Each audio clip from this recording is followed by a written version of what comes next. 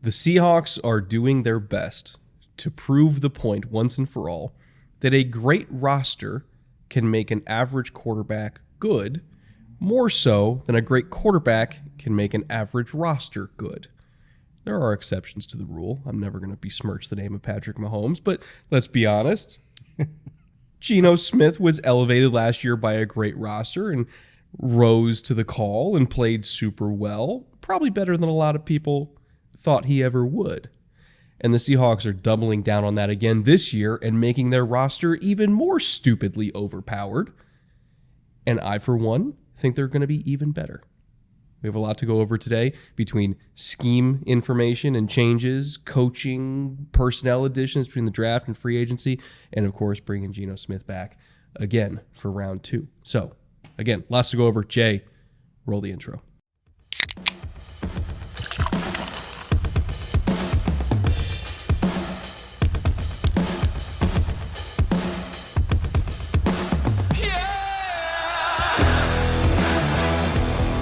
All right, in honor of Seahawks Day, I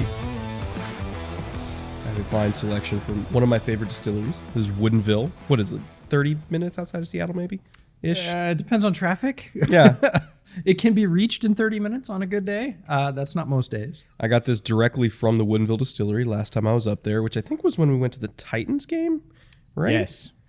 Because I typically go to at least one Seahawks game per year. A couple years ago, it was the Titans game. Last year, it was Russ's return in Denver. Loudest stadium I've ever been in my life. How appropriate for today. And I really do love myself some Woodinville. This is the Muscatel finish that you can only get at the distillery. So if you live in the Pacific Northwest and you love yourself a good whiskey, go to Woodinville. Not sponsored, by the way. I just love them so much. Could be. Could be if they see this. Right. Hello, by the way. And like us, I mean, we're already propping up their bottom line. They'd probably lose money by sponsoring us because we no longer buy their whiskey, but it's fantastic stuff. Again, Seahawks Day today. Fascinating team. Incredible roster. A quarterback that played like a top 10 quarterback last year, arguably because of how good their roster is. Again, proving the theory that quarterback success is largely dependent on the resources and support system around them rather than the other way around. They were a 9-win team last year. I think they could very easily be even better this year and once again go back to the playoffs. What say you? Absolutely. And I would disagree a little bit. I think Geno was really sharp and it absolutely helped to have the roster around him, but he made plenty of plays on his own regardless of the roster that were eye-opening for a lot of people that were watching, and a lot of people weren't watching. A lot of people missed it or were ready to dismiss him. We talk about this all the time. People make a determination about a quarterback at a certain time, and it can be a time when they're in college, it can be a time when they first start in the NFL, it can be a time when they move to a new team or whatever. And I think people pretty much thought the book was written on Geno, and he rewrote it last year. And the roster helped. I don't think he could have done it without the roster, but at the same time, he had some very good numbers on his own. This is a fascinating team. It's my quote-unquote local team with me living in the Northwest, and I love watching this team. I love watching the front office. I love watching them try and reinvent themselves. I even kind of like watching them struggle when they went through a long period of that because it's a fascinating organization, macro, micro, all of it. We get to go to games. It's a great stadium. You've said it's the easiest stadium that you've ever been to get into. And There's a train station attached to it. Yeah, pretty much. You know, usually I'll stay at like either a hotel or an Airbnb up by Pikes, and it's like, well, like a 20-minute walk down. You just walk right into the stadium. There's literally not a bad seat in the house. Nope. It's loud as fuck there.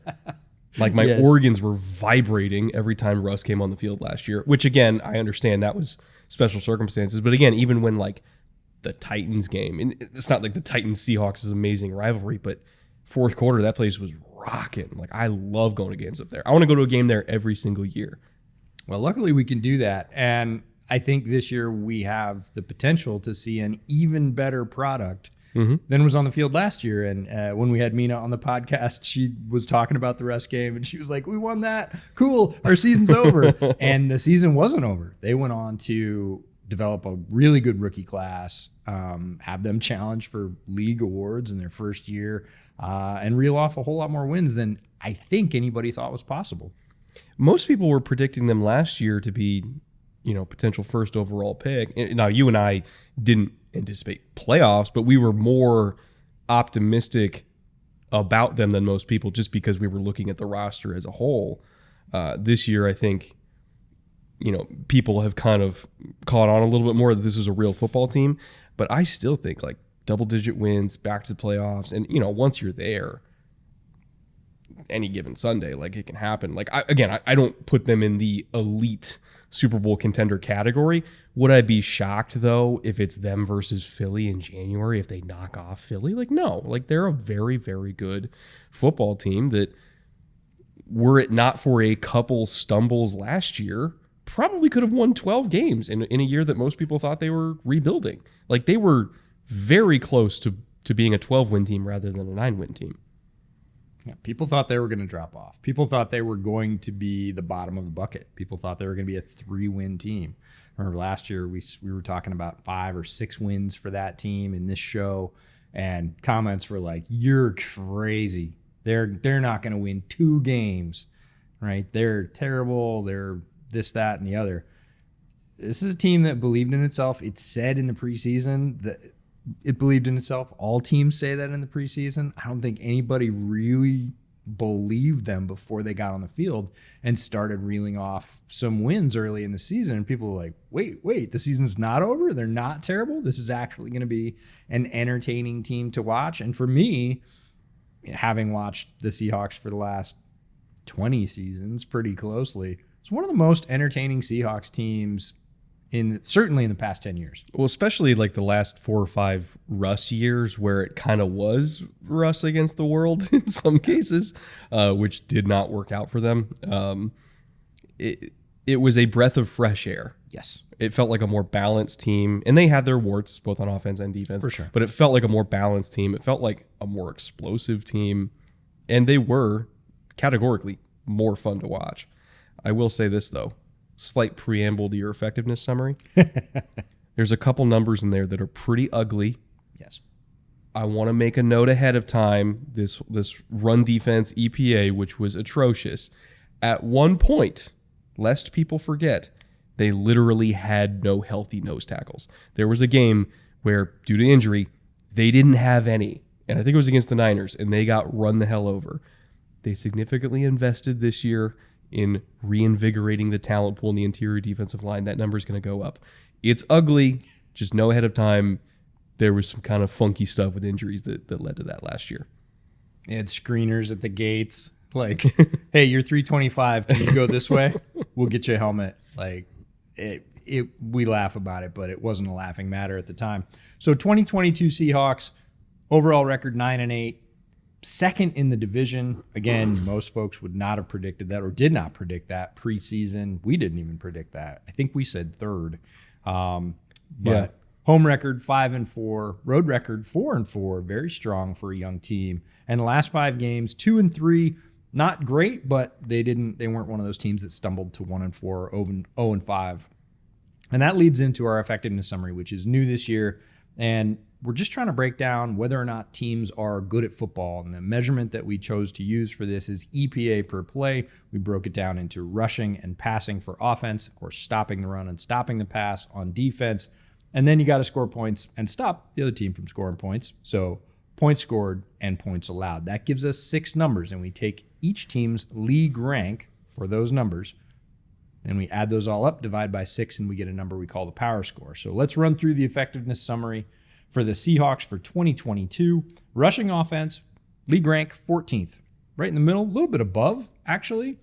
I think that's a nod to the growth and the investment in the offensive line and the running back room. Kenneth Walker burst on the scene, quite literally. Had a very good rookie season. Helps give some context for that number. Passing offense, 11th. And this is where I think if you had a truly average quarterback with a decent surrounding cast, they wouldn't have been 11th. Geno made some of those throws that probably took them from about, again, mid-pack 16th up to that 11th ranking. He was a lot sharper than a lot of people gave him credit for last year. Rush defense, this is where it gets gross, 26th in the league. Yeesh. Yeah. We talked about that. And for 2023, neither one of us think that number is going to be anywhere near 26th. For pass defense, EPA per play against, 20th in the league. Points scored, they were 9th.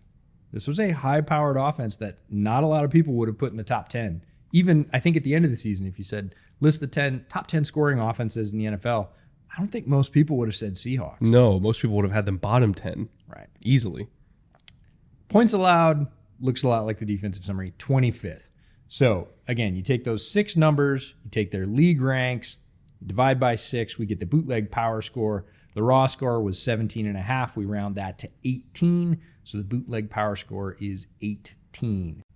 Some added schematic stats to give context to the EPA numbers, by the way, because obviously they were more of an offensively favored team that had flashes of brilliance on defense, largely turnover based more so than being consistent on defense.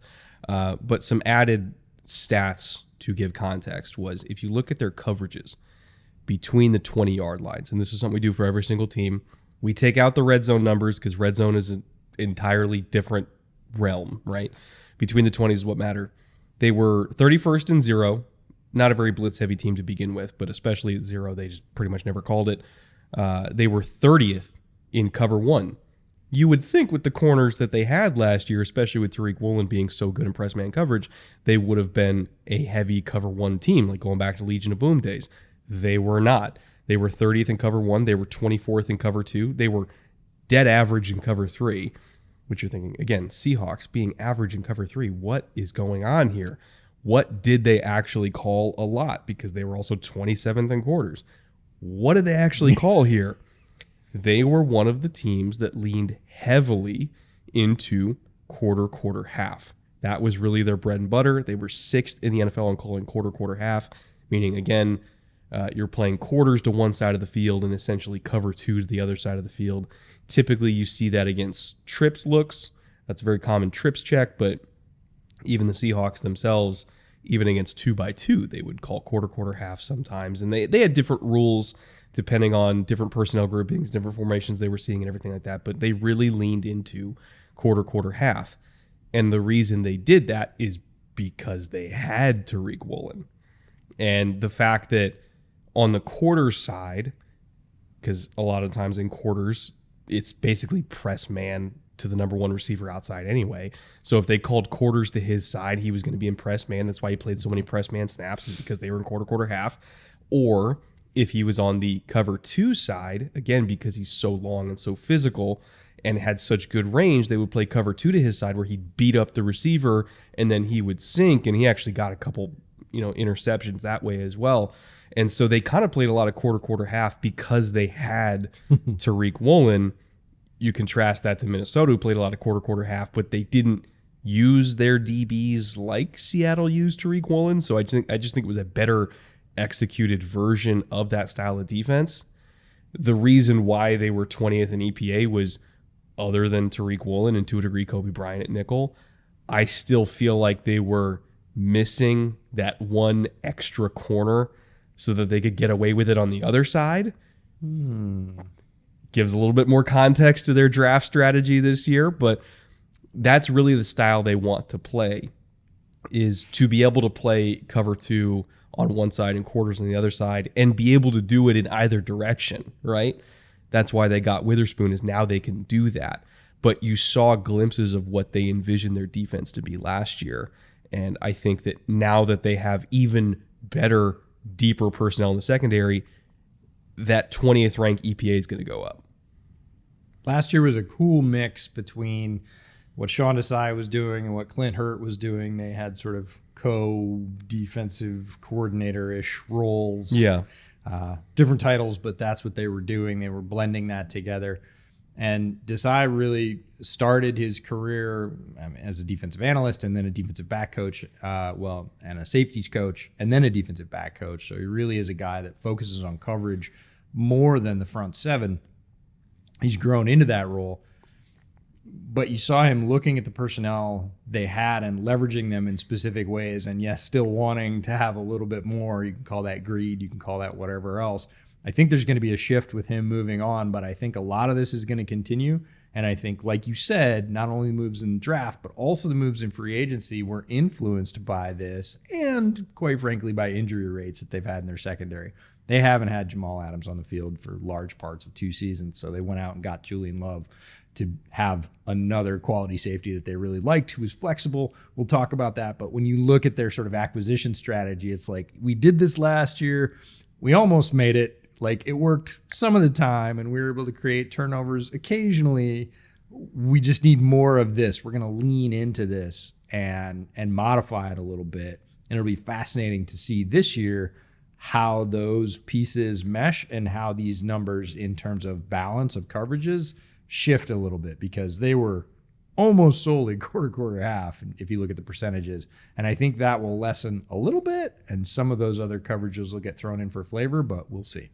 Also, I would expect the cover 1 to go up specifically because now when you have Tariq and you have Witherspoon, you got Kobe Bryant. Right. You have the corners to do it now. Yeah. And I have to imagine that a Pete Carroll coach team is going to call man coverage more than a 30th percentage in the league, right? It's almost inconceivable they were even that low to begin with, but we'll see. In terms of blitz percentage, moving away from the secondary, more going up front, they were predictably pretty low in terms of blitz. I mean, this has always been a low blitz team, whether it was Pete's defense or Clint's defense or whoever their coordinator's been. They've never really been a blitz-heavy team, but especially last year, they were very low in blitz percentage. In third and short situations, they were 28th in terms of bringing extra bodies. Third and medium, they were 22nd. Third and long, they were 29th. Especially third and long, it was very much we're rushing for and we're playing coverage. Again, kind of gives a little bit more context for some of the draft picks they've made over the last couple of years. They wanted Derek Hall in there so that they could rush for and realistically win more often. In terms of stunt percentage, this is what kind of caught me off guard is typically a lot of the times for low blitz teams, they make up for lack of number of bodies by calling a lot of stunts and giving their guys, advantageous angles and, kind of picking off offensive linemen, making them run into each other, giving themselves seams and cracks by using stunts. They didn't do that much. They were 18th in stunt percentage, which was very surprising to me. Maybe they up that a little bit this year. I would like to see them up that a little bit this year just because of the athletes they have on that front now. I think that they would be very good on stunts, but yeah, they were pretty much we are lining up as 4, we are rushing 4, we are going straight ahead, and we will try to win. And sometimes it works. Most of the time it didn't for them. Hopefully with these young additions, they can kind of get it going. When you think about the fact that both of those guys are descended from the Fangio tree, it's actually pretty high. Yeah. Because he's down in the mid-20s typically. I'm not pulling stunts.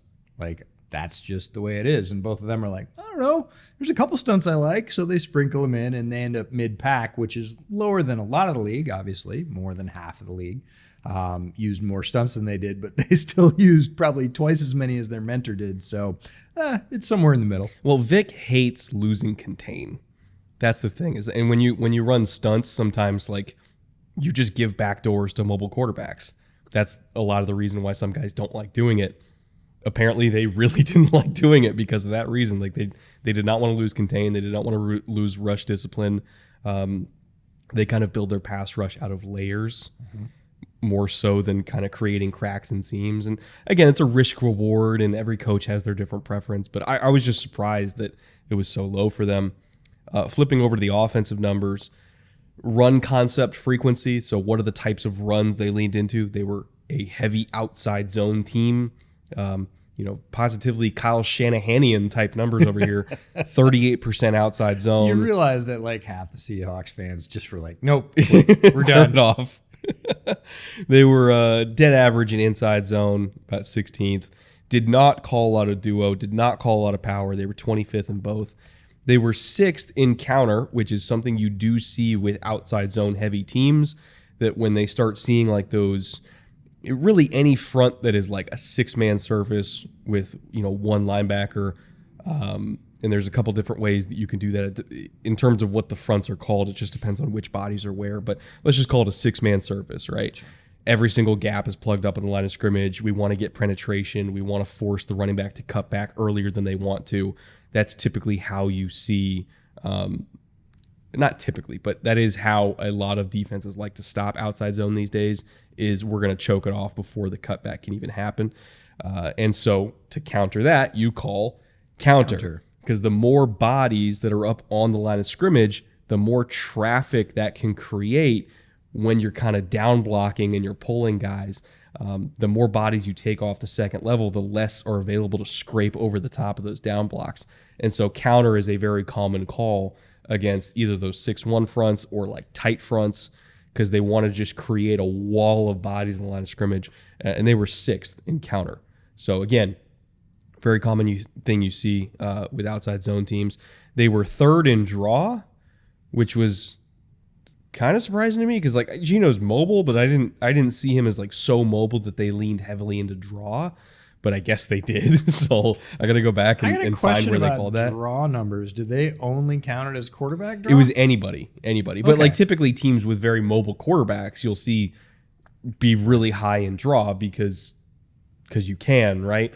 So it's like, did they call a lot of draw with Kenneth Walker? Like, I couldn't remember if they did, so I got to go back and look. That was my thought, is if it's in balance. We talked a lot in the first round of these about quarterbacks and draw in the tie, and I was like, ooh, is it just QB draw, or is it draw anybody? Any draw, because there are those plays in the Seahawks arsenal where Kenneth Walker or whichever back, last year it was Travis Homer a lot too, like sets up, shows block, and then he's going. Yeah. And that's, classic draw. And I was like, oh, okay. So given that it's both, I could see that number from the Hawks. I will say there are some offensive coaches that heavily believe in draw as a 3rd down call when you're in 4 down territory. Yes. Because they see it as a reliable way to get like 5 yards to set up 4th and 2. So again, I have to go back and look at the film to get the context behind that, but it definitely caught me off guard. I was like, I didn't see them as a draw team, but apparently they were. And then they were dead last in pin and pull, by the way. So when they did pull guys, it was typically on counter more so than on like G lead. So again, overall, they're not a Kyle Shanahan team, but definitely feels like they have Shanahan type influences in their run game. And I'm curious to see how Zach Charbonnet fits into that, because I don't see him as a wide zone type back. I more see him as like inside zone or calling duo or calling power. It's possible they drafted him specifically to run those types of runs because they want to do more of it this year. Feels like a good balance pick. We talk about building rooms, we talk about building strengths and having a diversity of skills, and they've got outside zone in Kenneth Walker. They have explosion, they have cutback, they have the speed, the ability to win the edge. They got that in their young tackles that they drafted last year. Both of them are very mobile. A lot of their offensive concept frequency stuff feels like it lines up really well with personnel they had. They have outside zone, Kenneth Walker. They have the speed to get the edge. They have the cutback ability. One of my favorite things about him coming out in the draft was his second cut. Just leaves defenders like grasping. Both of their young tackles, very mobile. So they have that. Feels like they have that dialed. They have it in the bag. They know they can execute it. If you were trying to build a room and diversify your skill set, you go get a guy like Zach Charbonnet to say, great, when we don't want to do that, when we want to run even inside counter, if we want to run any of the duo power stuff, like let's get a back that has enough shiftiness, some good speed, decent size, can break tackles inside, and really do something different than what we've got, as opposed to, oh, let's just go get another Kenneth Walker clone, which, if you're talking about Shanahan run games, has really been the way that they've gone. Like, let's get 4 of the same guy who has a lot of linear speed and can run this no matter what. Clone Raheem Mostert 3 times. And we're just going to lean into that. The Hawks are taking a different approach based on how highly they drafted Charbonnet, a player we really, really like, by the way. We'll talk about that in a bit. But to say, let's see if we can't do this and this really well, and we need a different piece to do that. So I think that explains, in a way, the Charbonnet pick. We'll see how they choose to use him. But a lot of this stuff lines up. If you watched their run game last year on tape, and they had a lot of success. Kenneth Walker had a lot of explosive plays. They came in runs he's very good at, which were, for the most part, outside zone concepts. When I look at Zach Charbonnet, I see like a Latavius Murray, Michael Bush. Yeah. God, who was I would even say DeMarco Murray, with slightly less long speed, but in terms of build and footwork and everything like that, it's very very downhill. By the way, can you hear that I'm sick in my voice? A little bit. Is it coming through too much? No, it's less. I think less so. Okay. No, it's like way less than when I got here. Certainly less than this morning. So apparently the shower helped, and the whiskeys probably helped. Oh yeah, the whiskey's great for the immune system. It's medicinal. Yeah. Once upon a time it was.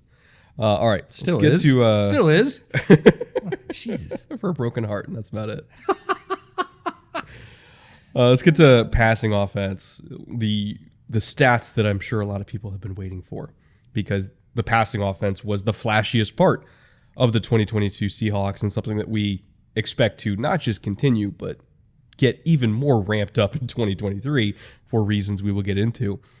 They were a relatively average offense in terms of play action utilized, which for a run scheme that they have, you would expect them to be leaning more into play action, but they were very average at it. They were about 26%.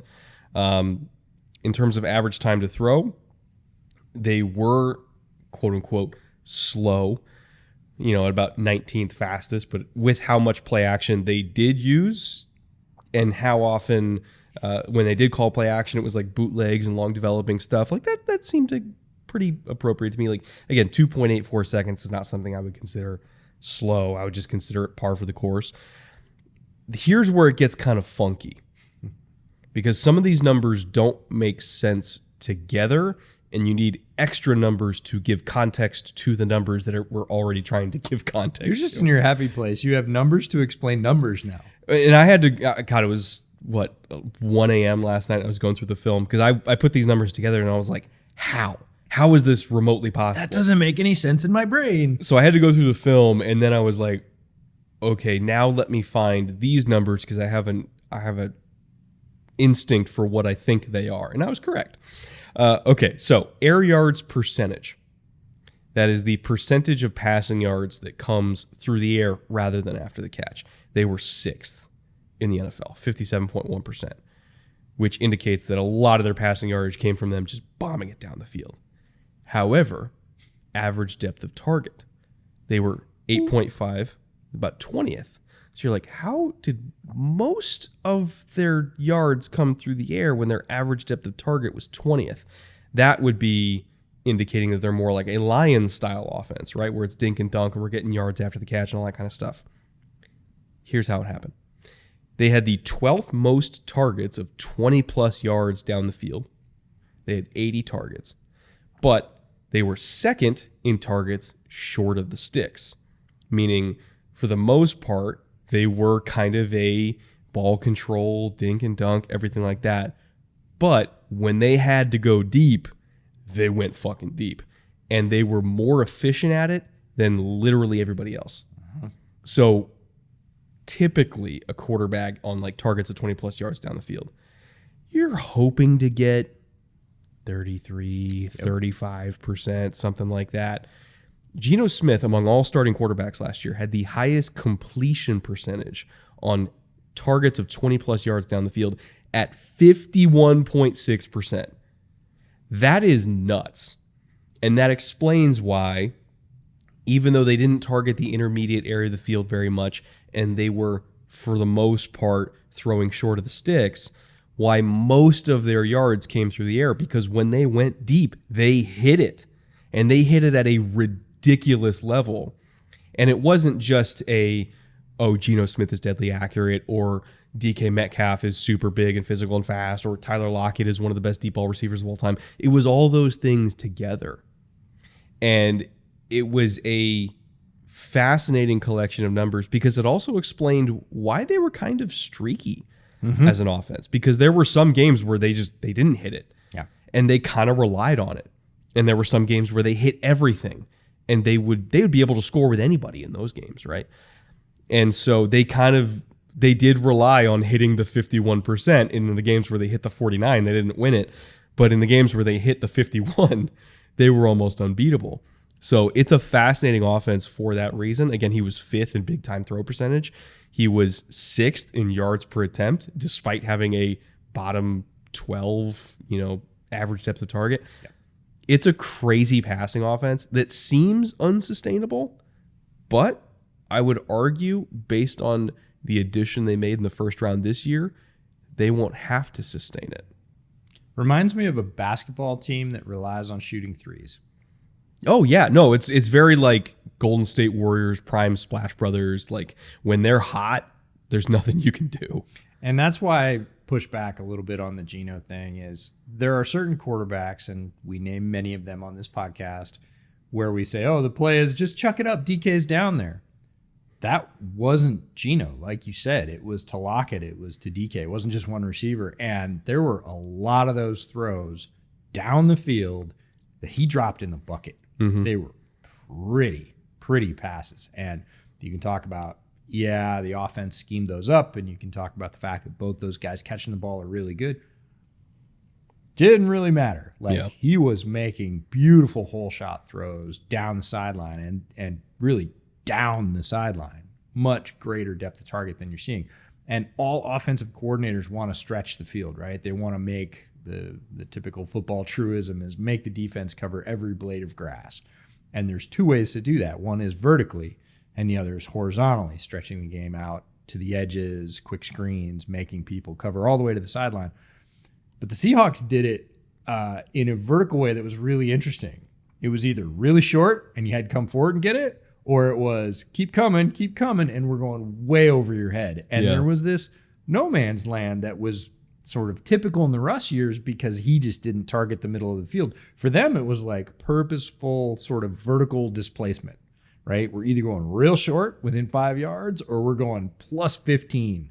We're going down the field. And in the middle, we're not doing a lot of that typical. And there's a lot of NFL routes that end up in that sort of gray area. That they just didn't really throw that much. Didn't use that part of the offense. And it was, again, you need both parts when you're doing it that way, but they hit the deep part more often than almost any of their contemporaries. So they ended up winning more games than I think most people thought. Yeah, and here's what's fascinating about it is I think, first of all, Geno did throw over the middle more than Russ did. Which is extraordinary given these numbers. But in terms of the intermediate throws outside the numbers, he threw it less than Russ did. So it's just kind of they took the outside the numbers stuff and they just pushed it slightly more vertical. I don't know. It's such a weird offense, but I love it. I had a college, or actually late high school and later basketball coach that would circle our shots. And if you put up anything like outside the elbow that wasn't a three, he was like, why are you doing this? Right? That ball should go to the post or it should go outside the line. Like, why are you shooting an 85% two-pointer? Right? Like, get out to three or get it into a more high percentage shot. This is dumb. Don't do this. And it feels like the Seahawks circled those areas on the field and said, we're either going past that and trying to get a chunk, or we're doing something more compact in almost a triangle, because he did throw over the middle of the field more than Russ, which again, and most people do, which is kind of crazy considering they didn't throw to the field very much. And he still exceeded Russ's numbers there. It's such a crazy offense, but again, it's fun exciting. To watch. It's very exciting. Looking at their coaching staff and general power structure, this is a group that's been together for quite a while, or at least at the very top, right? You know, Schneider and Pete have been together for how many years now? Over 12, a decade, I think, 13, something like that. There's a couple additions that they've made recently, though. One in particular on defense that I am super excited about, and a big reason why when we get to our division recap on Friday and we're picking rookie of the year in this division, why I have a certain Seahawks rookie defender chosen for mine. But go through the power structure here and eventually get to my favorite coaching addition. One of your favorites, and we both have favorites throughout this series of of notable additions. And we'll sort of DM each other about, did you see? They got this guy. They landed this guy. This is going to change the team. And I think this is one of them when we get to it. But starting at the top, general manager John Schneider has been through what feels like sort of 3 Seahawks eras, right? The early rebuild era, and they had their great draft. And they basically build the Legion of Boom. They get Russ. That leads to their early success, which buys them a lot of time, quite frankly. If you have that much success in the NFL, people are going to re-up your contract, give you a longer leash. And they needed it because then they went through the doldrums. They went through a long period of lesser success where they were still quite successful. I was going to say, the doldrums for Seahawks fans were still like 9 wins a year. 9-win seasons. But it seemed like they would get to 9 or 10 and they couldn't push over. And then towards the end of Russ's tenure, it got, you mentioned this earlier, really stale as a fan. You knew that they were going to go into the third quarter behind. They were going to lean on Russ late in the game. If his heroics came through, they were going to win. And if they didn't, they were going to come up short. And that was it. And it was a very stressful way to watch football. And it got to be predictable. And that's, I think, eventually why they moved on. And now we have this, I feel like, fairly clearly defined third phase, right? Trade Russ, get all the picks. What are you going to do with all them picks? And over the last 2 years, they've kind of gotten back to what really built the team in the early years, which was huge success in the draft. So fascinating GM to kind of watch that arc. He's been right there with Carroll. Those two have been paired together since they came on. And there was a lot of question about what Pete Carroll was going to do. He's one of the oldest head coaches in the NFL. Doesn't seem it. One of the most energetic. Went paddling in Lake Washington with did he? With one of the tribes and all the rookies the other day in a canoe after practice. Yeah, because it's Pete. Why wouldn't he? He's got more energy than I do, and he's like 70 something. I wish I had the energy of a Pete Carroll, but there was question about whether he was going to sort of ride off into the sunset. He didn't want the rebuild. He's fully engaged, and last year you could see he was enjoying it in a different way. He's getting to coach again, getting to teach a lot of young players, trying to pull a team together.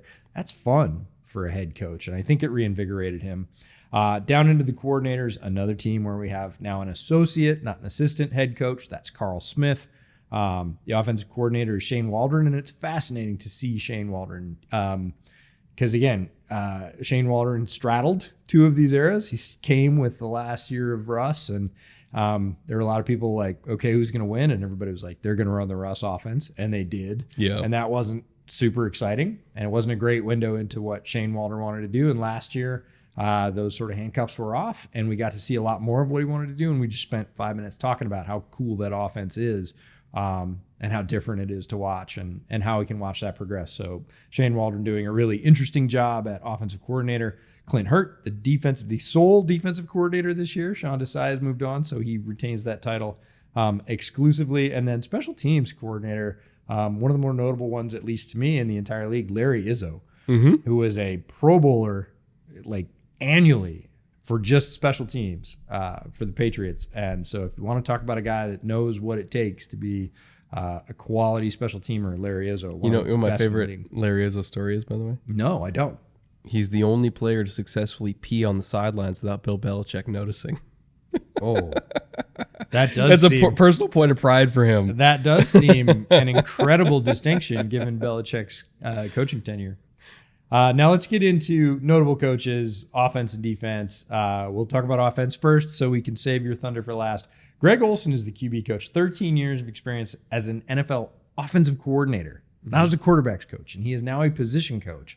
So Geno did a lot to develop his own game, but Greg Olsen is one of those coaches behind the scenes that's having a huge influence on a team and how that team plays. Geno's talked about how he bounces things off Greg Olsen. Just a wealth of experience, and we see this with really successful teams where they build staffs of former head coaches, former coordinators that are even sometimes position coaches or just special assistants that are really influencing sort of how they build the special sauce. Greg Olsen is that on offense. And then I'm going to let you talk about BT Jordan and how he's doing that on defense. I can't believe they landed him. So they pulled him out of Michigan State, and Coach Jordan was there for either 1 year or 2 years. I can't remember. He wasn't at Michigan State for too long because he was always a rising star amongst pass rush specialist coaches, I would say.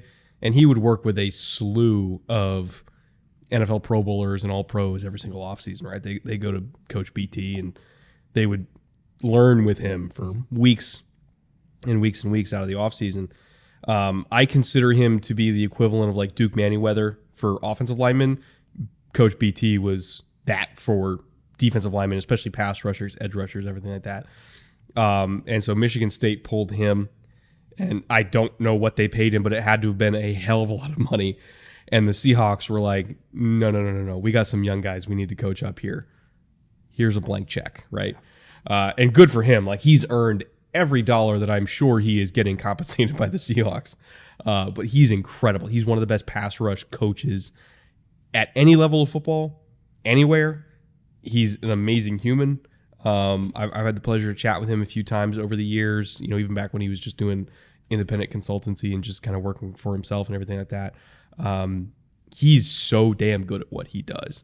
And part of the reason why I think the arrow is pointing way up for some of their young guys, Boye Mafe, Derek Hall, all of them, is because Coach BT's there. I think within a couple years, this pass rush with some of these young freak athletes they've got is going to be downright nasty because of how good he is at what he does. My favorite stat about him is he's worked with over 200 NFL pass rushers. Which sounds made up, but when you consider that basically the whole league goes to him, yeah, it makes a little bit more sense. And we're seeing that title, pass rush specialist, literally as a coaching title, as a position coach. It's no longer outside linebackers coach or defensive line coach. The teams will still have them, but then there is literally one guy. There are multiple teams putting all these agendas together that have pass rush specialist as a coach now. And I almost wonder what younger players are going to do for that individual coaching, because the two guys, BT Jordan and Chuck Smith, that's who they used to go to, are now both on staffs of teams. So I don't know how much independent work they still get to do, but it is fascinating to see teams prioritizing what is a very important part of defensive football, carving out its own coaching role that is sort of regardless of position and saying, we just need to generate pass rush and we're going to have one guy in charge of that, and going out and getting some of the foremost experts in the world and putting them on their staff. When you think about it, pass rush in itself, how many clean pass rush reps do you get per game? 5, 6? Yeah, not many. Because you need a third down that's 6 yards or more, so you get a longer developing pass play, ideally. And it also depends on the type of coverage you're in, right? Because if you're in a press coverage look, and if the offense that you're playing against is the type of offense where if they get press coverage, they're auto-converting routes outside to fades, that's a quick throw. You only get 2 seconds. Like, you're not going to get a clean pass rush rep. So you have to, be in the right coverage that allows, quote unquote, a quarterback to sit back there and go through progressions so that you get 2.5 or more seconds. You need a long yardage down so that you get time. You might get 5 or 6 a game in terms of clean pass rush reps. And if you only have 5 or 6 chances a game to win, the fact that you can get 20 sacks a year with that few chances, that really puts into context how valuable the top pass rushers are, because they almost get no real chances to do their job. It's super high leverage down, and it makes sense to commit resources to it because the swing for an offense or a defense, these are the defensive side of the ball's version of explosive plays. They are defensive explosive plays.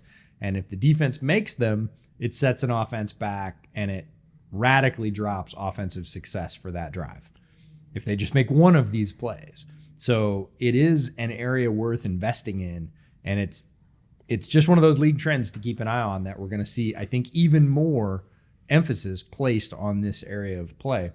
The other thing that's on the Seattle staff is tons of former players, because Pete and John, I think, both really lean towards giving those guys opportunities And every year we get to highlight them. So we're just going to highlight a bunch of former pro players that are on the Seattle staff.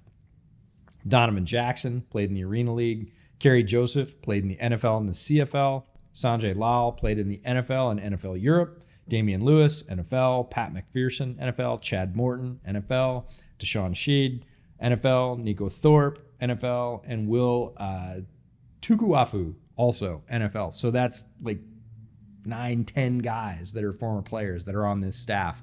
It is one of the most former player heavy staffs in the entire NFL. And that's not surprising given Pete's loyalty to his players. When did they get Kerry Joseph? I totally missed that. Yep. Wow. Okay. And Morton's got some fascinating stats. We highlighted those last year. I think he's one of like 2 players in NFL history to return a punt and a kickoff in the same game for touchdown. Like, just really interesting guys. But even guys that have moved on. Aaron Curry was on this staff last year. Now he's on a different staff. This is think of it almost like an incubator. Like, Pete is very, very open to bringing former players on and seeing if they have mettle as coaches. And a lot of those guys go on to long careers in NFL coaching, and it's because they started with Pete. He gave them their first opportunity. Looking at the offensive, the term skill position is we don't use that for us. we don't use that term on this podcast because we fully recognize the skills of the line players. I almost feel like ball handlers. Yeah, it's like people that touch the football. Often, yes, we know offensive and defensive linemen touch football sometimes, but folks that have a better than average chance to touch the football, right? Because they're all skilled. So, but that group for them is as good as anybody, right? Loaded. Geno played like a top 10 quarterback last year. You have DK Metcalf. He's a certifiable number 1 beast. Tyler Lockett's always been. I don't necessarily think he's ever been a number 1. Like, he's had to kind of play that role every now and then when they're before they got DK, right? But when he was allowed to be the number 2, right, the complementary piece, whether it was against or whether it was with like Angry Doug back in the end or before they got DK, when he's allowed to be the high end number 2, he's arguably the best number 2 in the NFL over the last decade, right? And now they got JSN to be what they had been trying to find for a couple of years prior, which is like that slot assassin, right? Somebody who's going to work the intermediate area, which they didn't get to do as much as maybe they wanted to. More importantly, though, looking at the JSN edition, and I want to emphasize this because we talked earlier about how this was not a very yak-centric team. Even though they were second in targets before the sticks, right? So if they were capable of getting more yards after the catch, it would have benefited them greatly in terms of not constantly putting themselves into third down situations, right? If they were better after the catch, they probably would have been a more efficient offense even than they were already. Drafting JSN to me was to fix that yak issue for an offense that does throw short of the sticks a lot because he was great after the catch. He's very shifty in short areas. His burst, the 5 to 7 yard area burst in terms of how quickly he can go from stop to starting. It's almost running back type skills with the ball in his hands. His yak ability is a big reason why you were super duper ultra high on him in this draft, was because he could take a screen and turn it into 20 yards. He could take a hitch and make somebody miss and turn it into 20 yards. Like, that yak element that we highlighted earlier is something that they have been trying to get forever. Mm-hmm. And now with JSN, I think they have it. And looking at the context of fantasy, JSN's going as wide receiver 31, Lockett's going wide receiver 33. When they're kind of going back to back, I kind of would prefer JSN. And I know that's sacrilegious because Tyler Lockett's been so productive for so long. But considering the role that JSN's going to fill, and it's a role that I think they've been trying to feature and have not found anybody for it, I think there's more targets for JSN. I think there's more catches for JSN. There might be more overall production for JSN just because he does something that the rest of this receiving core does not, which is everything but deep balls. Yeah, keep sleeping on Lockett. That's the thing is like I don't want to sleep on Lockett, but like if they're going right next to each other, it's wide receiver 31 versus wide receiver 33.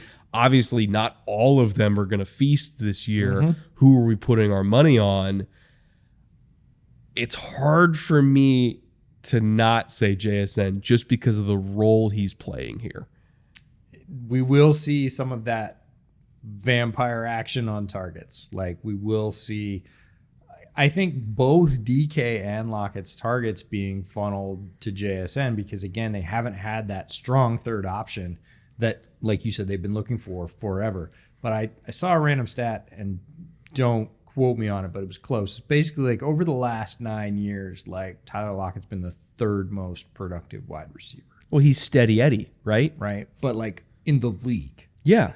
Yeah. Third. It's probably him and Brandon Cooks and right, exactly. Hopkins, Right, but when you talk about Tyler Lockett, he never gets that kind of respect. And it just feels like kind of the curse of the Bambino for like Seattle wide receivers, right? Like Doug Baldwin was amazing, never got his due.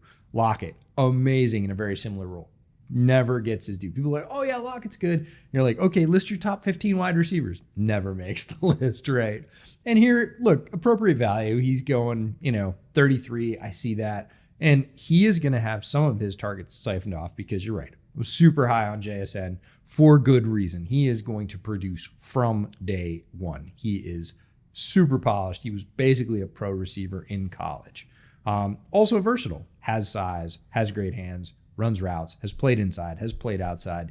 Anything you want to do with him, you can do from very early on. If there was a receiver that I feel is sort of most insulated as a rookie against overload, it would be a guy like JSN. I'm like, hand him the whole playbook and tell him he can run 2 of those roles, 2.5, 3. I don't care. He can probably do it because he's done most of it already.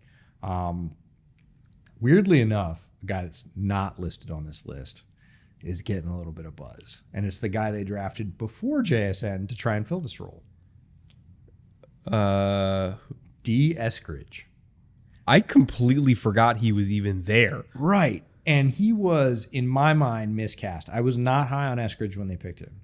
It felt forced to me to fill this role. We got to have it. We got to have it. Western Michigan, right? Yeah. Smaller guy. Again, super speedy. Hoped he could play in space, build yak. It never really happened. Turns out he's been struggling with injuries for a couple of years. This year he has 2 things. He has JSN in front of him. He doesn't have to shine. Everybody's forgotten about D. Eskridge.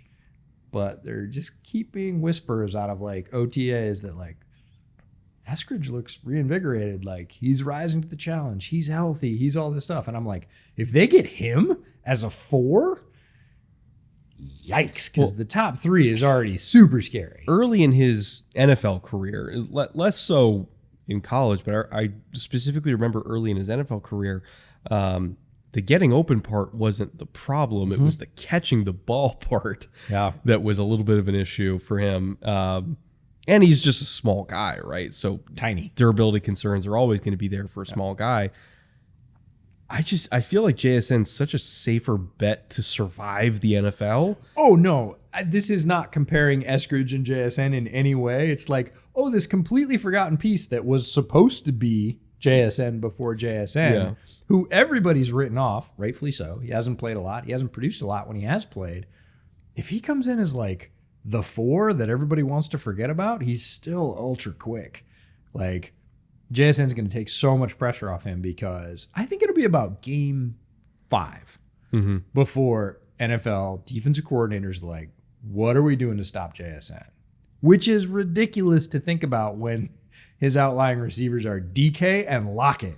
Well, that's the thing is like when you look at how the Seattle offense is structured, it's like what DK is going to do. He's going to be 100%. At the X receiver.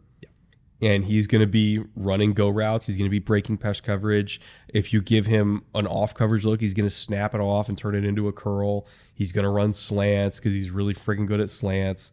Occasionally, they'll call like a blaze out with him. Yeah. They'll call some deep crosses with him.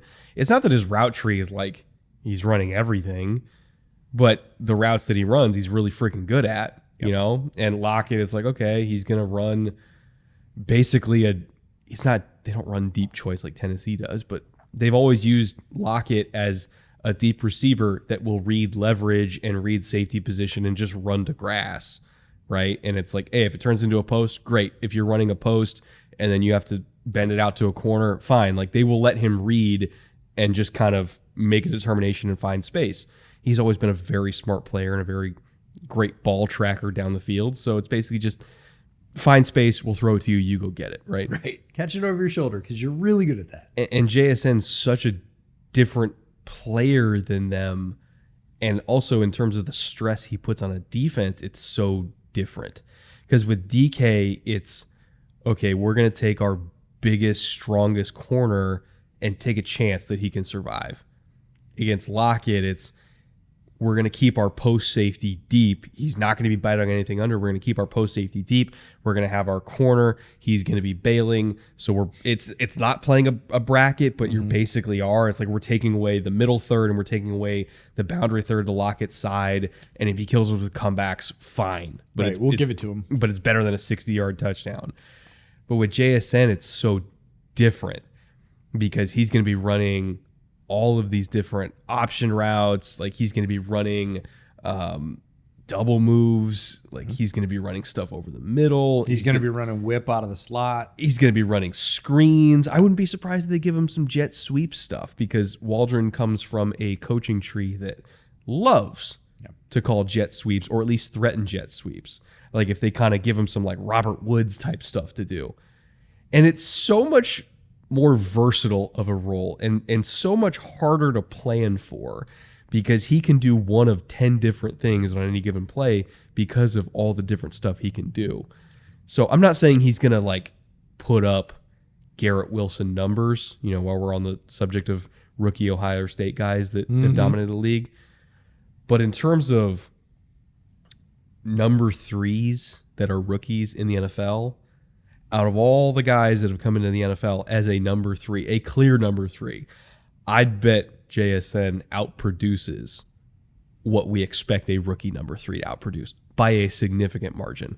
I'm talking 900 yards, 6-7 touchdowns, which doesn't sound like a lot, but like that's conservative to me. And it would be a great rookie year, historically speaking, and everything on top of that's gravy. If he makes that level of yardage, he'll be outproducing the top number threes in the NFL. The vast majority of them, at least, yeah. Almost all of them. Yeah. Like, who's one of the best number threes you can think of in the league? If you're thinking of number threes that you would bet on. First one you always mention. Plays with Joey B. Oh, Tyler Boyd. Tyler Boyd. Yeah. You know how many yards Tyler Boyd got last year? Probably like 800. Nope.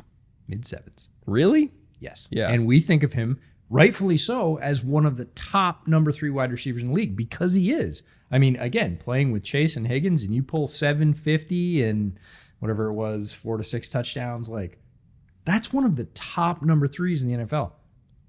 I think JSN has a very solid, like reasonable chance to eclipse that in his rookie year as a number three. Like, just like you said, 800 yards, 6 touchdowns, like that would make him one of the top 3 number threes in the NFL, like bar none. He could do it. Easily. Like, I don't even feel like that's a stressful call. Looking at the other, again, quote unquote, ball carriers, ball touchers, whatever questionable phrasing you used before. I don't think unless Manscaped is sponsoring this episode that we're going to call them ball touchers. Ball appreciators, I don't know. So we got Kenneth Walker. He's going as RB15 right now. Considering the Zach Charbonnet addition, Yeah. I don't know about that. Like, it seems a little bit early, and that's nothing against Kenneth Walker. I just feel like the split here is going to be significant because this is a franchise that historically constantly loses running backs to injury. I do not anticipate there ever being a bell cow here. As long as K-Walk and Charbonnet are in the same backfield, I think they're both going to be highly productive. RB15, I don't know, for a clear like 40-40-20 split in that backfield for me, slightly early. Geno Smith going as QB 15. That might be slightly late for me. It feels a bit late given his play, the fact that they've added weapons.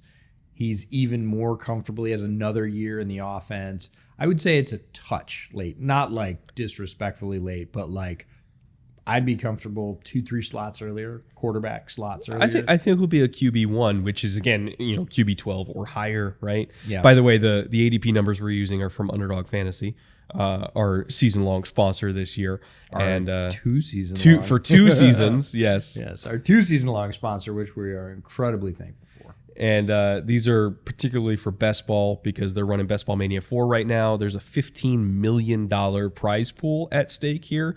So again, if you happen to be JSN truthers like we are, and you feel like he's going a little bit late, you can use promo code Bootleg. They'll match your deposit up to $100.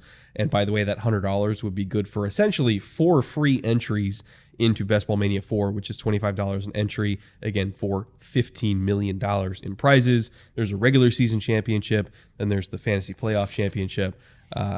Lots and lots and lots of money at stake here. Lots of chances to win. The first year I did it, it was $1 million prize pool, and that was like 3 years ago, and they're already up to 15. They just kind of keep stacking money on top of it with each passing year, and it's absolutely insane at this point. So again, if you're a best ball player, best ball enjoyer, which is a format that a lot of people like more because they don't have to set the lineup every year. It's just, or every week. I do. It's just whoever on your roster scores the most points, that's what you get credit for. So a lot of people like it because it's more draft centric than waiver wire centric and trying to, figure out Pick the right fab guy on the week. budgets. Yeah, pick the right guy on the right week. It's just, are you good at drafting or not? That's strangely why I like it. I prefer it that way too, because during the season you and I are very busy and we don't have time to do all the fab. That's a whole bullshit. Another layer. But if you believe in us and all of this content that we're creating all this summer, sign up for Underdog. Best way to guarantee that they return. Free agency. Yes. A lot of turnover on this roster. Yeah. Interior defensive line. Shitload of turnover. But also, I think, welcome turnover, all things considered. Yeah, they needed to continue. I think they hit the lottery in last year's draft. We've said that multiple times. Right after the draft, we listed them as one of our top 3 classes. Turns out that played out on the field as well. We were correct about that one, so mark off 1 on the good side. But they, I think, are emboldened by that. They had even more picks left over from the Russ trade. They wanted to do it again. And that means you're going to move some veterans off your roster and replace them with, hopefully, highly touted rookies. In terms of notable free agent losses, Shelby Harris played a bunch of snaps for them at edge, almost 50%. A lot of lines in general, so defensive lines and offensive lines both. Gabe Jackson moves on. He played 61% of their snaps. Austin Blythe moves on at center. He played 95% of their snaps last year. Poona Ford, one of my favorites, goes to the Bills. So shout out to the Rock Pile guys. You got a good one. Sad to see him leave Seattle, but he played 55% of their snaps. Marquise Goodwin, who we mentioned in the Browns episode, moves on. Al Woods. Yeah, that one hurt. Yeah. So, colloquially known as Captain Thigh Arms, has That's amazing. Moved on from his absolutely pivotal role in the middle of that defense, making sure that nobody ran on them. And when they didn't have him, we saw what happened. So they definitely invested in that piece. Some other folks that were notable: Rashad Penny, Cody Barton, Ryan Neal. Jonathan Abram was on the Seahawks last year and signed with the Saints. Got a decent contract, but not amazing. Just a player I loved in the draft that hasn't necessarily really panned out in his stops yet, but a lot of people didn't even know he was on the Seahawks last year, so I felt like it was worth mentioning. One that I think might hurt more than people give credit was Travis Homer, pass protection extraordinaire. One of the better pass protecting backs in the entire NFL. Mm-hmm. He carved himself out a third down role in this team for a long time, specifically because he's darn near unbeatable in pass protection. He was credited with, I think it was like 5 pressures or something like that last year. And I remember I was like, that seems high for Travis Homer. And I went back and I watched the tape of like all 5 pressures he was credited with giving up. And it was really like one. Yeah. There was like one time he got beaten the entire season. So, the fact that the Bears got him was a coup for the Bears, just because I would very much like to see Justin Fields not get obliterated anymore. So that was great for them. But in my opinion, a loss for the Seahawks. A $2 million deal to make sure that your $75 million investment or whatever it was in Geno Smith doesn't get ruined by somebody coming clean off the edge. I would have liked to see them keep Travis Homer, but good for him. So got that money in Chicago. So you're a homer? I'm a homer. Absolutely. Nice. Always will be. I'm a sucker for running backs that actually know how to pass protect. It's kind of a lost art these days. Hell yes. He's really, really good.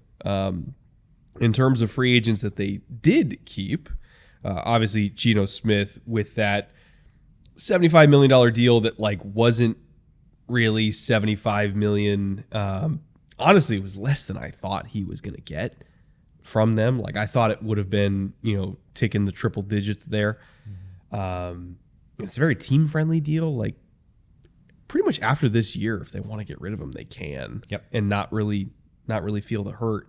It was 3 years, $75 million, 25 per, obviously, which again, by current quarterback standards, that's less than half actually of the going rate for Lamar, Jalen Hurts, all that. And for somebody who produced like a top 10 quarterback last year, if you're paying A, less than half market rate for that, and B, only locked in for a year, that feels like an incredible coup for the Seahawks. Now, it is something that I feel like Geno maybe is kind of betting on himself, and maybe we address it again next offseason if he does that again. But for a 33-year-old quarterback, which is not that old by current quarterback standards, to get potential top 10 to 12 production for $25 million, you couldn't ask for a better value for Seattle there. It was a great deal all around. They also brought back Michael Jackson, the corner, who I imagine will be supplanted in relatively short order by Devin Witherspoon, but getting him back for less than $1 million as a depth piece is fine. Nick Bellore at 3.3 was also a great value for him. Yes. Special teams demon. One of my favorite Seahawks currently. He's awesome. Jason Myers brought him back for about $5.3 million, which for the kicker market, yeah, totally fine with that.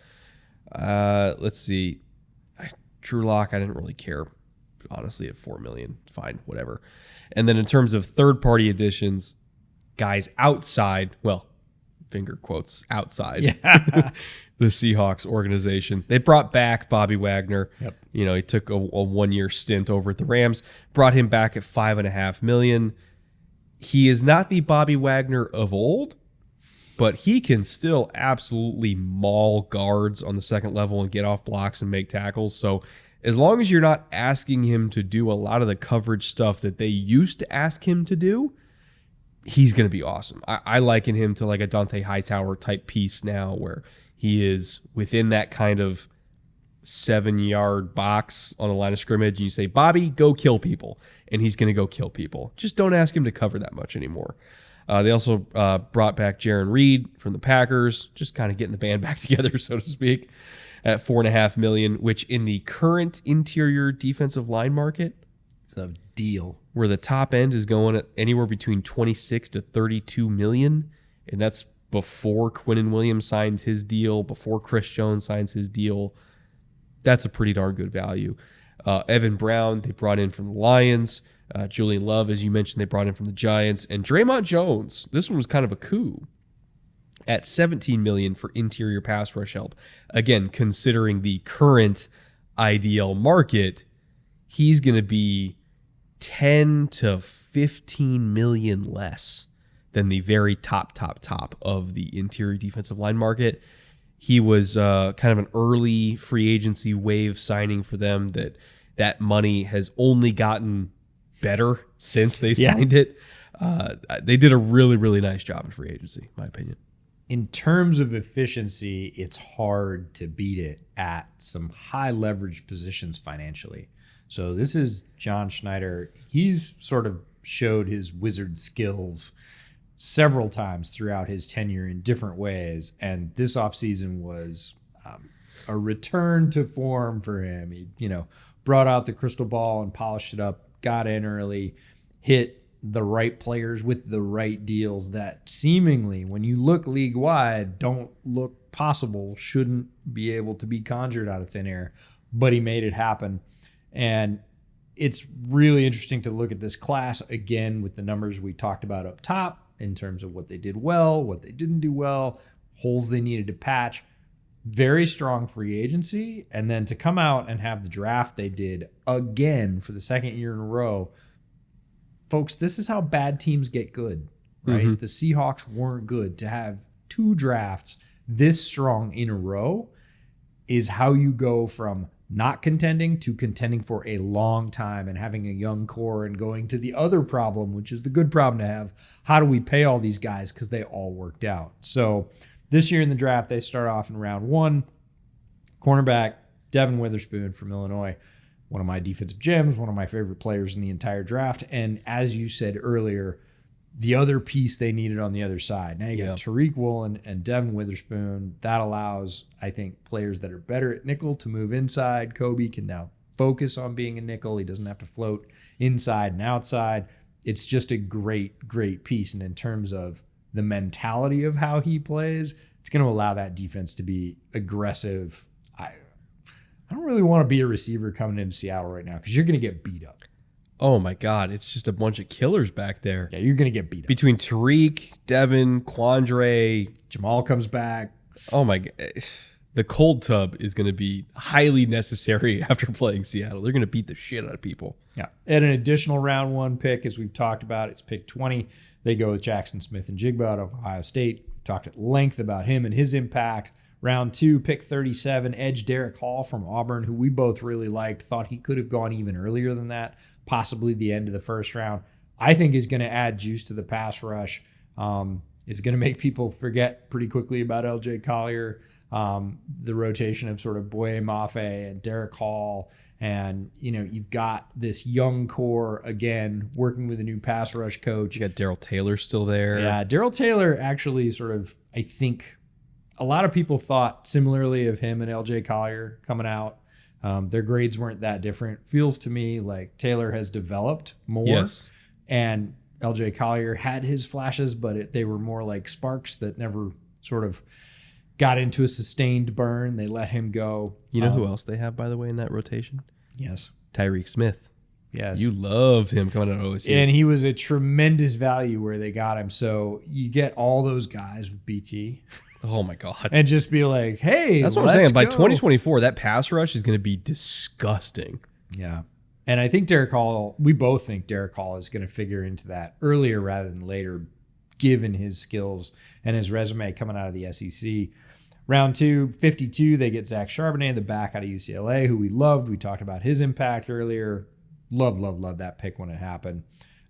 They go all the way to round 4, pick 108. They get guard Anthony Bradford out of LSU. Don't know what to say. They love their guards out of LSU. It's just their thing. They have a type. So they get another one. Another pick in round 4, pick 123. Defensive tackle Cameron Young out of Mississippi State. Again, they don't want to be short defensive tackles, so they go get an ass kicker out of the SEC to be like, you're going to stuff the run. This is what we do here. Cannot rush the passer to save his life. Nope. But boy, he can stop the run. He's a brute. And again, this is a team very clearly, I would say very honestly, assessing we were absolute shit at this. We need to plug those holes. Like, we're going to go out in free agency. We're not going to stop there. We're going to go out in the draft. We're going to make sure that we don't get to that situation again. Did you see, by the way, not to jump the gun on Mike Morris, who was their next pick, round 5, 151. Yes. Did you see they're converting him? Oh, they did already, yes. They said after they drafted him, we're going to bulk him. Wow. Apparently one of those is going to hit us one of these days. That was I don't know if people heard that, by the way. So fireworks in downtown LA sound like nuclear bombs going off. They are large explosions in stone canyons, and they reverberate here. But yeah, they actually said when they drafted him, we're going to bulk him up, which I kind of countered. I actually wanted to see more of his quickness because I thought he did. You talked earlier about limited pass rush reps, and he had extremely limited pass rush reps at Michigan. I think he had 200 for the entire year. And yet his pass rush percentage was really pretty high. So I wanted to see them kind of trim him out and set him loose, maybe even push him out farther towards wide 9. And they went the other way right after the draft. They said, no, we're putting weight on him. We're kicking him inside. We like his power. And that he and Cameron Young are both going to be playing predominantly inside as 3s to maybe 4 eyes. So we'll see how that works. It's a fascinating experiment. And then round 5, one of my under the radar favorite picks in the entire draft, not just Seattle's draft, but the entire draft. Olusegun Oluwatimi from Michigan, the center, who I think can be starting for this team by the second half of the year. They have been trying to find a long-term answer at center. God, when was the Max Unger trade? A long time ago. 7 years ago, maybe? That something like that. Atlanta. And that was 2015, so 7-8 years, and they've been trying to find a center ever since. And again, this is an outside zone heavy offense. You kind of can't do that without having a good center, and they just haven't hit there. So I hope for their sake that Olu works out, because by God, they've needed one. Yeah, they brought in Evan Brown, and everybody said, "Oh, Evan Brown's going to be the starter." And I'm like, for now, his deal was a couple million, $2.25 million. I don't think he's in any way entrenched, and I had a much higher grade on Olu coming out. I would have been comfortable with him 4th round or later. Another great poll by John Schneider. In round 6, pick 198, they get Jarek Reed, safety out of New Mexico, built a little bit more like a linebacker, incredibly muscled up guy. Feels like more of a dime backer special teamer to me.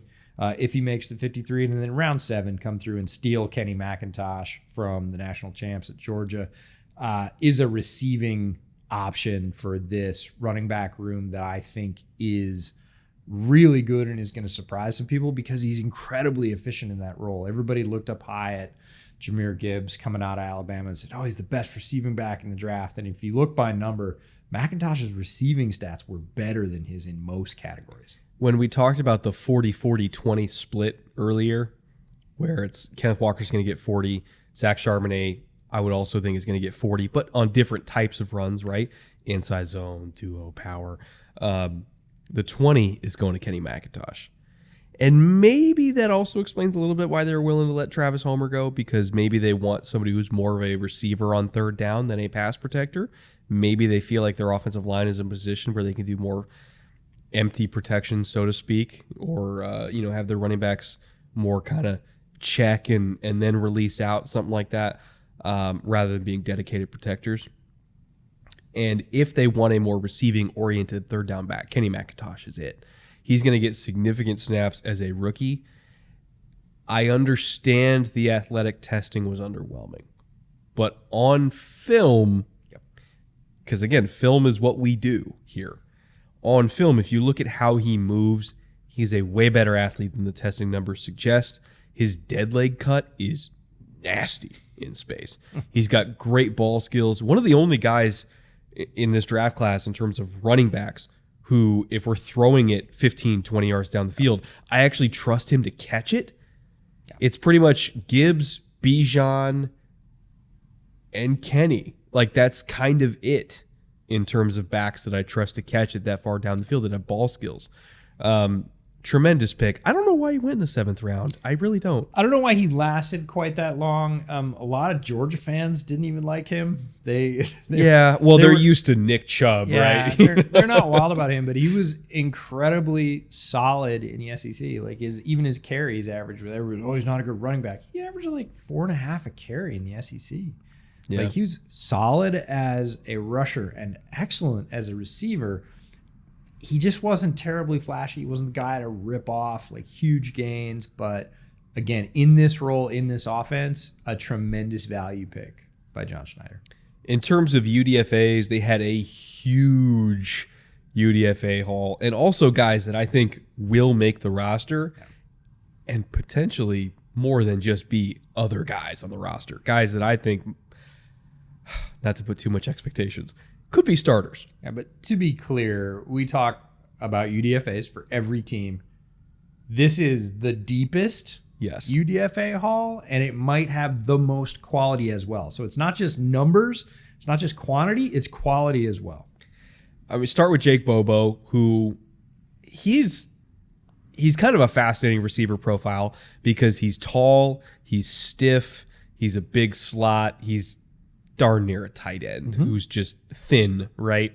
I don't know what role he fills on the Seahawks receiving core because like JSN's just a better slot than him, period. But if they want to put JSN more outside sometimes at like Z or whatever, and we want a bigger presence in the slot, Jake Bobo would be it. And again, not super wide variety of routes, but he's good at what he does. And then we got Matt Landers, absolute freak out of Arkansas, which they love to just take their dart throws on freak receivers and see what happens. Noah Gindorf is the one I'm most excited about, the tight end of North Dakota State. If he was not hurt during the pre-draft process, he would have been drafted. He had a pretty significant injury that he suffered early in the season. I believe it was ankle, if I recall correctly. Some lower body injury. Missed the entire rest of the year, missed the pre-draft process, couldn't get healthy. But this is an absolute moose of a human being. He's 6'6", like 270. He's not Gronk, but he's built like Gronk. Gronk was Gronk, but in terms of frame and size and strength, like that's the kind of frame we're looking at here. Really good after the catch just because he's so damn hard to tackle. He blocks his ass off. You can't play at North Dakota State unless you're a really good blocker. He's like a true Y tight end, which, again, they have not really had in Seattle, and this is an offense that could absolutely use it because of how much outside zone they call. Tyjon Lindsey, one of your favorites out of Oregon State. C.J. Johnson out of East Carolina. Jonah Tavai out of San Diego State. I have no idea where he fits into this rotation, but he's just fun. He's just super fun as a pass rusher. MJ Anderson out of Iowa State, Lance Boykin out of Coastal Carolina, Anquan Bush out of Cincinnati, Christian Young out of Arizona. It goes on and on and on.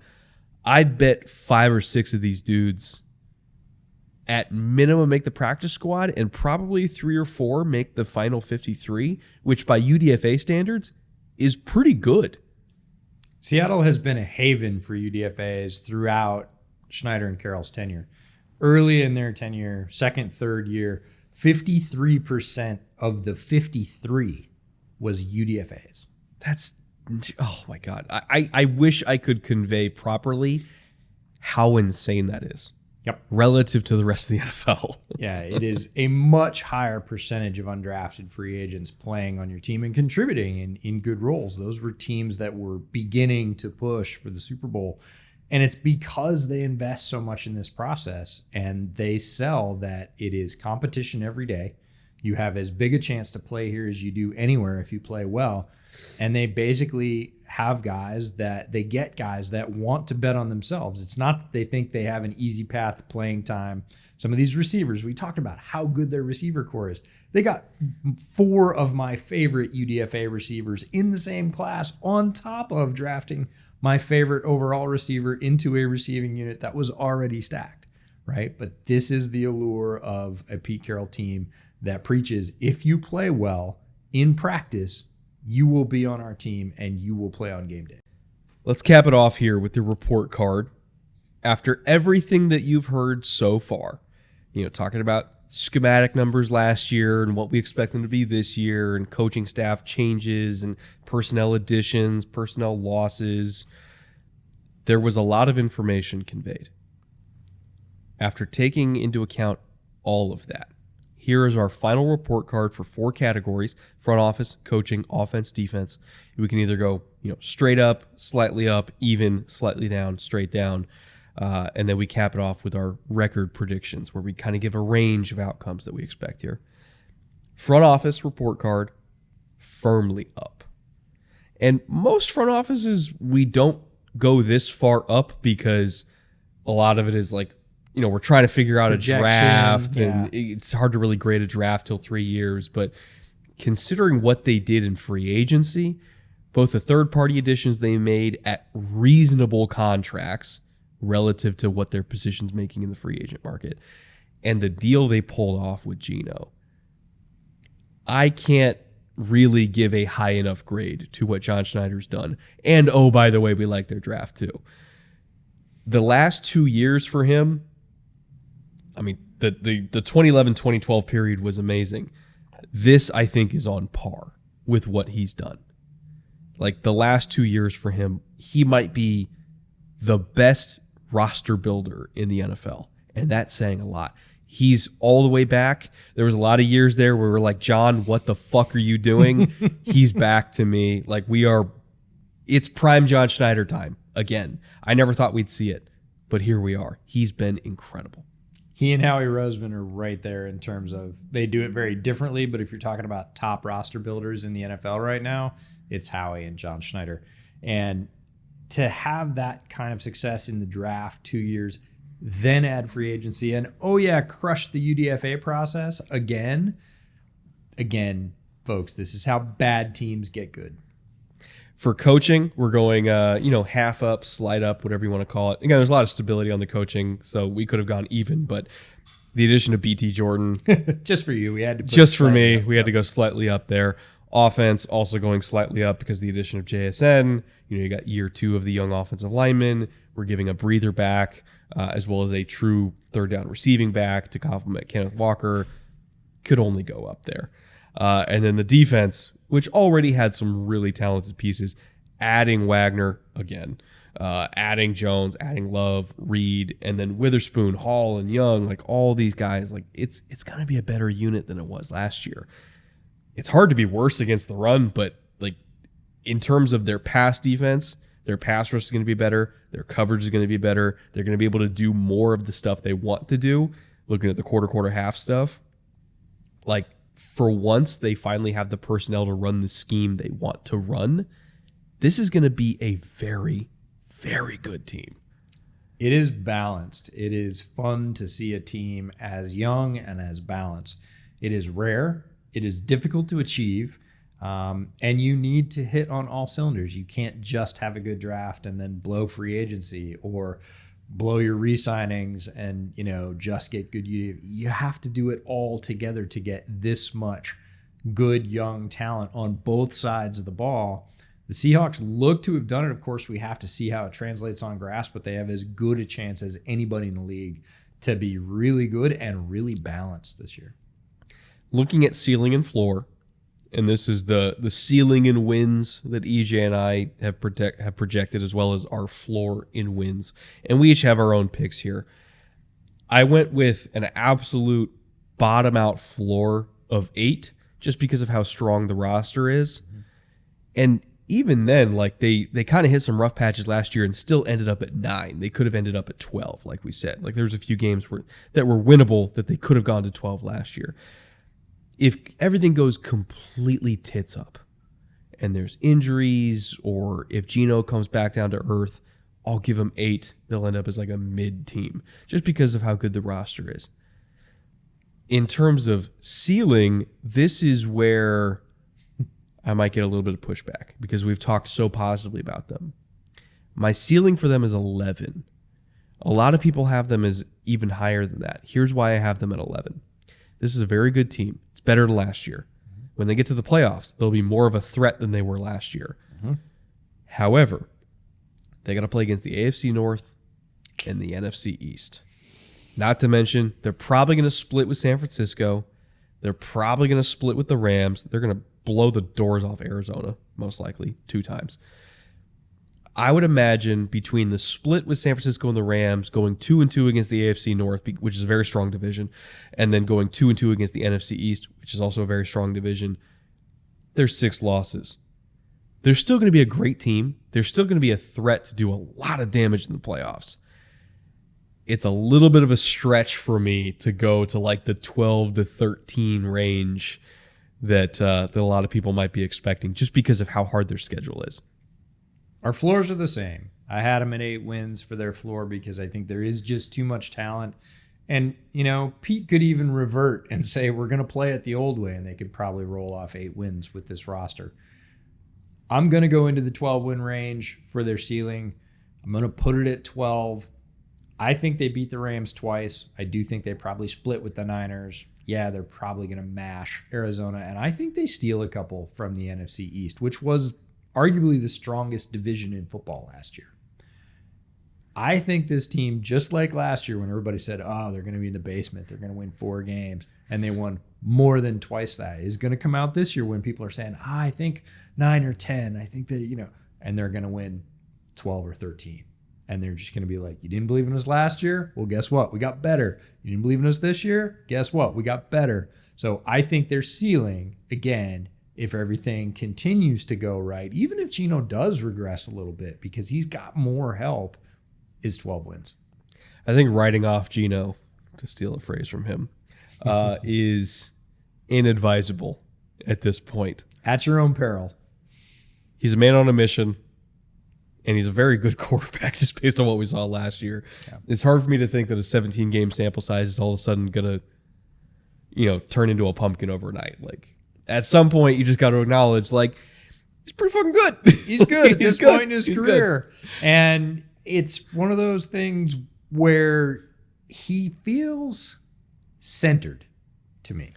He feels comfortable, very comfortable in his own skin with this team. I think it's one of the reasons he took the deal is he didn't want to go anywhere. He feels like he's home. He knows he bounced around. He didn't have this fit for so long in his professional life. He got it. He was like, I don't care what you pay me. I really don't. Like, pay me something. I'm going to stay here. I'm on a roll. You believe in me, at least even for the next year. And I think he's comfortable with that. Again, I think early in his career, he would have been like, what do you mean you don't want to sign me for 3 years? Now he's like, I don't care. You sign me for 1, I'm going to play well. You sign me for 3, I'm going to play well. I'm just good. When you see him in interviews, which I do a lot living where I live, he's just calm. Yeah. He's just floating on top of the waves right now. And that to me is as much coming from your leader, the person that your entire football team looks up to. He's like, we got it. I root for him. I root for him more than most other quarterbacks just because of everything that he's been through to get here. He's one of the best stories in the NFL. I couldn't be happier for him. All right, we went over a lot today. Now, your sweater, your vintage Seahawks if we're hockey playing, this is my sweater. You can find that over on Homage, by the way, if you're a Seahawks fan and you happen to want to get something in the throwback colors, or really anything Seahawks. They have like 30 different. That's the Seahawks 12th win, by the way. What do you mean? They're coming back with the throwback colors this year. They get to wear them. You're right. That is this year. So that alone is worth the extra win in my column. Oh, I forgot. Because did they announce what games they're doing that for? They did, but these are classic colors, and they are going to look so incredibly clean. If you are inspired with all this positive Seahawks talk that we have put out there for the last hour, head over to Homage Clothing on homage.com. They have like 30 different styles. They have Grateful Dead inspired NFL wear. They have throwback stuff. They have current stuff, men's styles, women's styles, you name it. Check them out. Anything you buy with the code that you'll find down in the description helps support the podcast. Week 8 against the Browns. That's when they're wearing them. I might come up for that. It's such a good uniform. Dude, it's such a good clean. Uniform. So clean. Worth a win all by itself. All right. We'll be back tomorrow talking Niners, the reigning division champs, and possible repeat division champions. Still an elite roster, even if the quarterback situation is far from settled at this point. And then on Friday, we got our overall NFC West division look back. Thank you once again to Underdog for making all this possible. Again, if you're a Hawks fan who doesn't live in Washington and you want to enter into Basketball Mania, do pick'ems or anything during the season, use promo code Bootleg. They'll match your deposit up to $100. And with that, EJ, I'm gonna go take some more medicine and get ready for the Niners episode. See you guys tomorrow. Take care.